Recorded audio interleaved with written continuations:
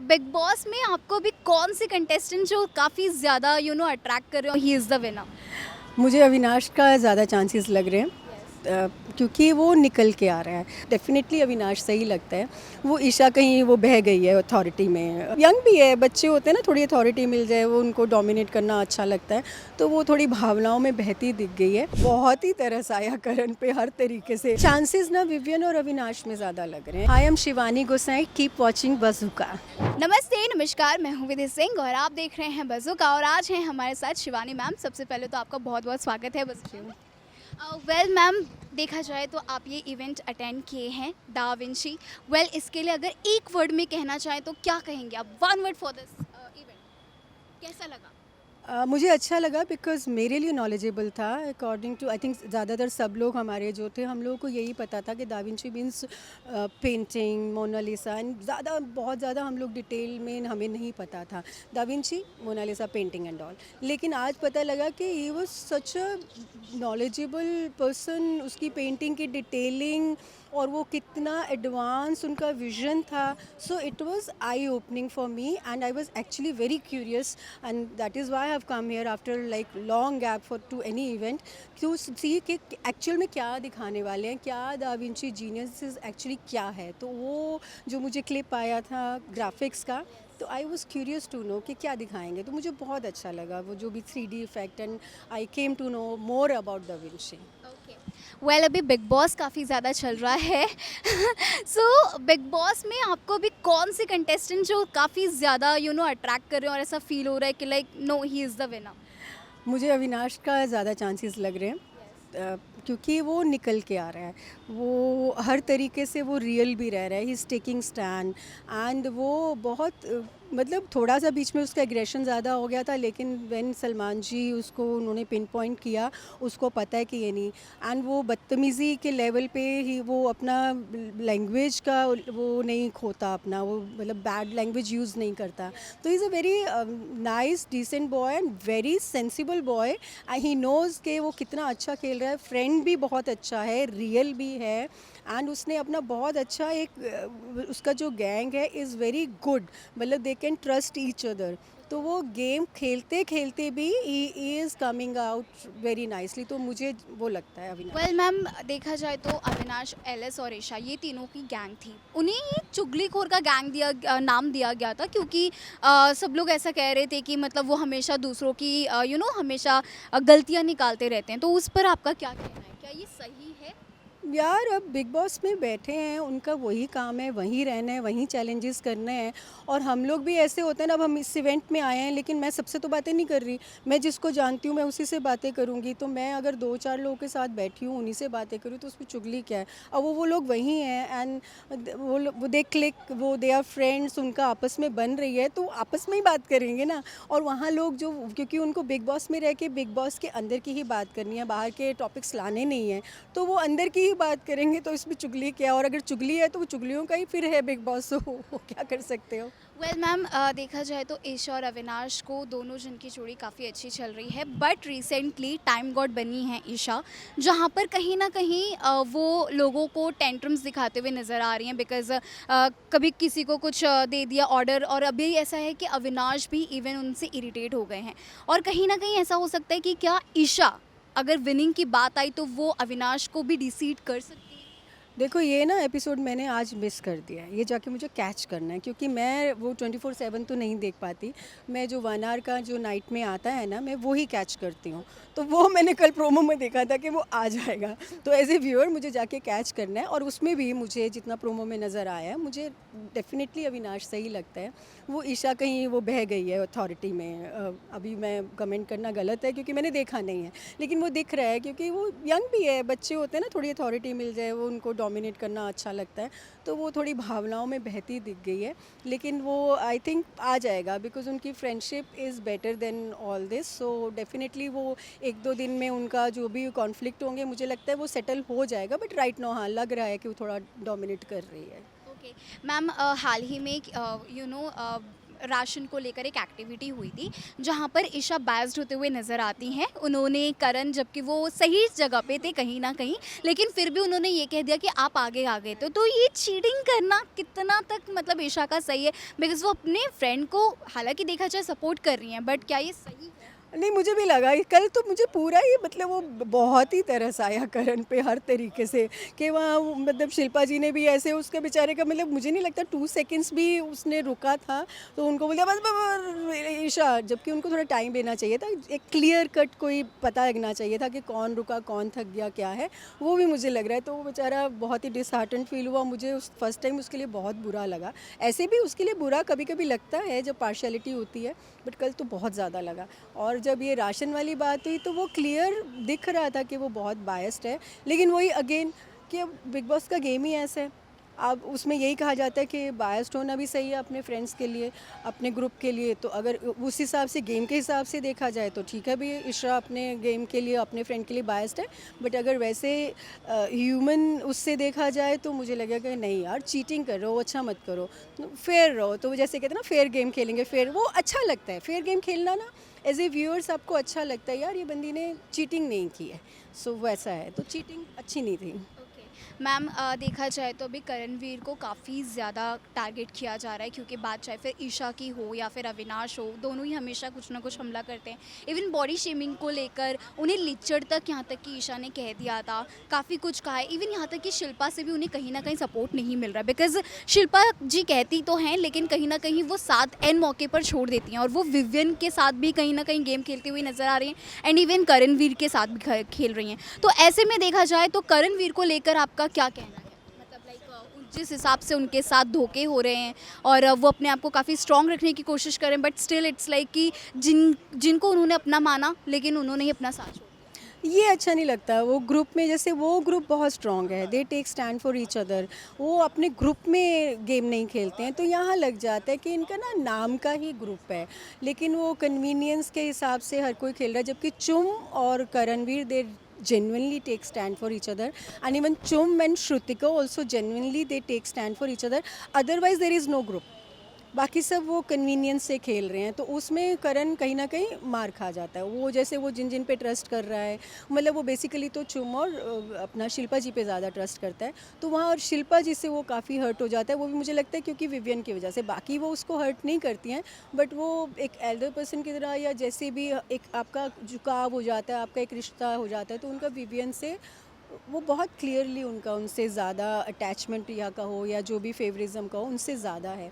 तो जहाँ वो दोनों सामने आते हैं तो she always, no matter what reason, no matter what excuse, वो उनको चुन लेती हैं। तो बाद में वो जो भी रीज़न देती हैं, वो लॉजिकल हो या इलॉजिकल हो, कोई सेंस नहीं बनती है। तो वो ऑलवेज़ कहीं ना कहीं वो करण पे ही उनका गड़बड़ हो जाता है मामला। तो वो उस मामले में बेचारा लगता है करण।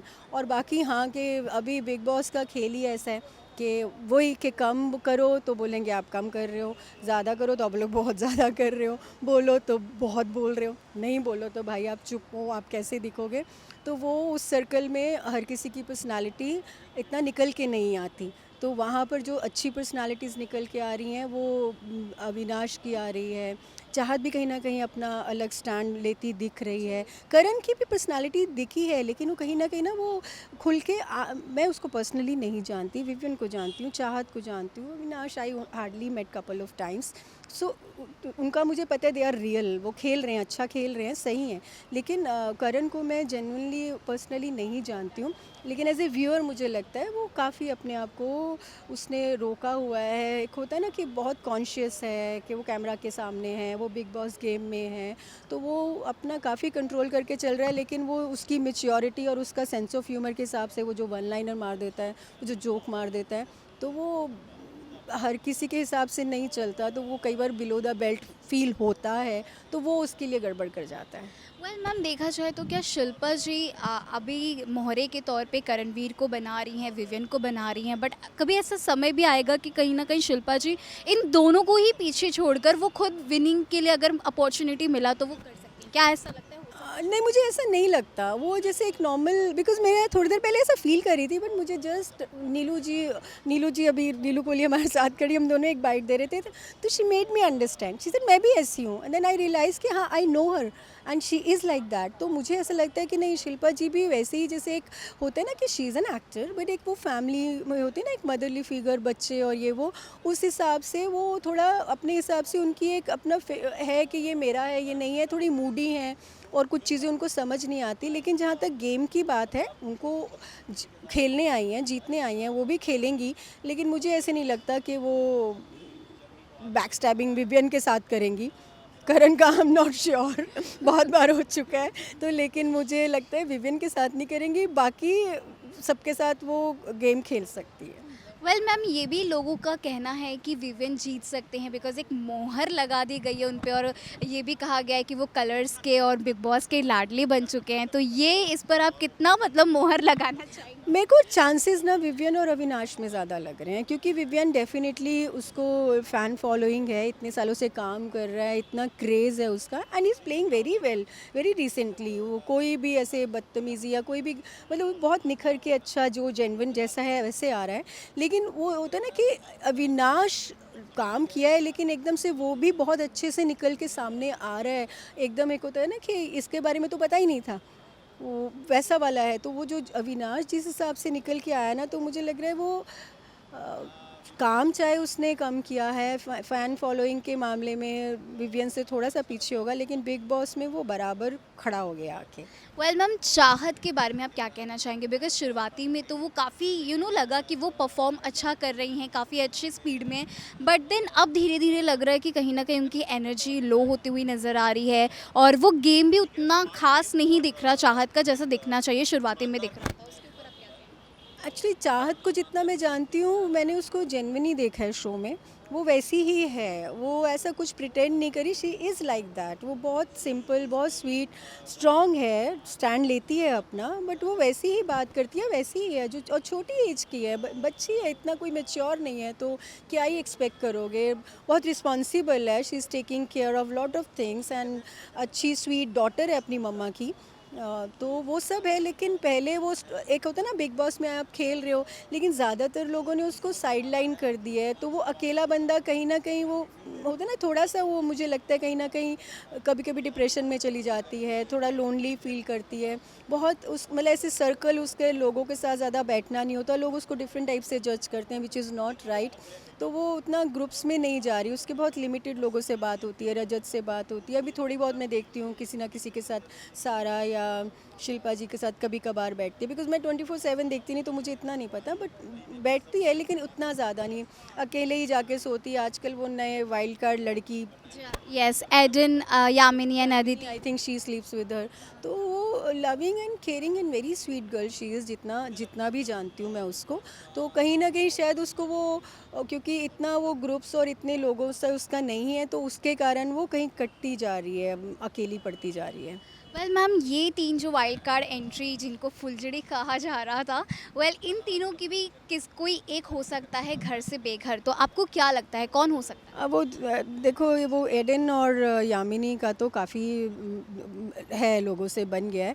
जो थर्ड एंट्री है, अदिति। आदिति, तो सॉरी, तो अदिति के चांसेस मुझे 100% लग रहे हैं कि शील बी आउट, बिकॉज उसका उतना ज़्यादा, क्योंकि वो कहीं मुझे दिखती नहीं है, कहीं मैं क्या ही बोलूँ, मुझे बहुत ही कम दिखती है, कहीं पीछे कहीं चलते हुए किसी कपड़ों में, या अभी कुछ बहुत ही रिवीलिंग उसमें स्विमिंग पूल में घुस गई, एंड बहुत ही forcefully she was trying to do something with Avinash, ज़बरदस्ती उसको धक्का खींचना। तो लेकिन वो अब उसको मुझे नहीं लगता कि उसको बचा पाएगा। तो वाइल्ड कार्ड एंट्री में आई थिंक शील गो आउट फर्स्ट, जित आई फील दैट।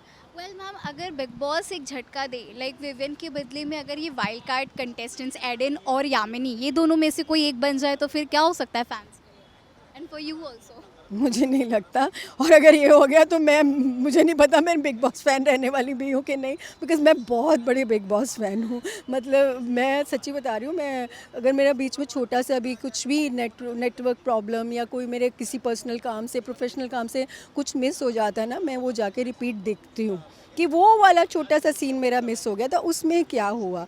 तो वो मैं रिपीट में जाके देखूँगी, या मैं नेट पे जाके देखूँगी। तो मैं बहुत बड़ी फ़ैन हूँ, तो मुझे नहीं लगता, सॉरी, उनके लिए कोई हार्ड फीलिंग नहीं है। लेकिन बाकी कंटेस्टेंट को देखते हुए, जितना स्ट्रांगली वो शुरू से हैं, जितना उनकी पर्सनैलिटी निकल के आई है, तो उनके कॉम्पिटिशन में अगर ये वाइल्ड कार्ड एंट्रीज जीतने के, मुझे कोई चांसेस नहीं लगते। अगर इनमें से कोई जीता मैं फेंट हो जाऊंगी। Okay well ma'am last question for you is कि लाइक दिग्विजय और यू नो कशिश ये दोनों का स्प्लिट्स विला के कंटेस्टेंट रह चुके हैं और अभी यहाँ पर आए हैं, लेकिन कशिश का जिस हिसाब से वो उन्होंने अपनी जो प्रीवियस प्रॉब्लम थी, जो भी उनका प्रीवियस पास था स्प्लिट्स विला में उन्होंने जो भी किया, वो चीज़ें वो बिग बॉस में आके कन्फ्रंट कर रही हैं। एंड इवन उन्होंने ये भी बात कही कि अगर मुझे 2 करोड़ दोगे तो मैं बिग बॉस को भी छोड़ सकती हूँ, क्योंकि इन्होंने ऐसा ही सेम चीज़ स्प्लिट्स विला में भी किया था। तो ये इस चीज़ को लेकर आप क्या कहेंगे? क्या बिग बॉस जो सिलेक्शन के मामले में कहीं ना कहीं मार खा रहा है? नहीं, मुझे ऐसा नहीं लगता, क्योंकि बिग बॉस में लोग नेम फेम मनी के लिए आते हैं। सबकी अपनी प्रायोरिटीज़ होती हैं। तो मे बी उसकी प्रायोरिटी है कि वो नेम चाहती है, फेम चाहती है, बट मनी भी उसकी प्रायोरिटी हो सकती है। हम किसी को ऐसे गलत कैसे कह सकते हैं ना, बिकॉज सबकी अपनी डिफरेंट लाइफ है। किसी की लाइफ में सिर्फ फेम है, किसी की लाइफ में सिर्फ नेम है, किसी की लाइफ में फैमिली है, किसी की मनी है। तो मे बी उसकी प्रायोरिटीज़ में ये सारी चीज़ें हों। नेम फेम मिल गया तो वाई नॉट मनी ऑल्सो। तो मैं क्यों किसी पे ऐसे बोलूँ कि शी इज़ नॉट राइट। तो जब वो स्प्लिट्स विला में गई थी, जो मैंने नहीं देखा स्प्लिट्स विला, तो उसमें भी अगर उसको वो गेम खेलने गई है और उसको एक गेम में एक स्टेज पे आके अगर उसको एक मनी ऑफर हो रही है, तो व्हाई नॉट। तो वो गेम का पार्ट था ना, गेम में ही ऑफर किया ना, या उसने गेम के बाहर तो नहीं कोई साइड पे डील कर ली ना, it was part of game. तो पार्ट ऑफ गेम में if she is dealing something then why not. तो अगर इसमें भी अगर उसको ऑब्वियसली उतने चांसेस नहीं लगते कि शी विल विन, तो if she will get the offer for the money then why not, because name मिल गया, फेम मिल गया, बिग बॉस में आ गई। तो अगर मनी ऑफर होगा तो मुझे नहीं लगता दिग्विजय को भी दें तो वो भी छोड़ेगा। So thank you so much ma'am. Thank you thank you, thank you. Ma'am one channel आई। मैंने दिया था अभी नहीं।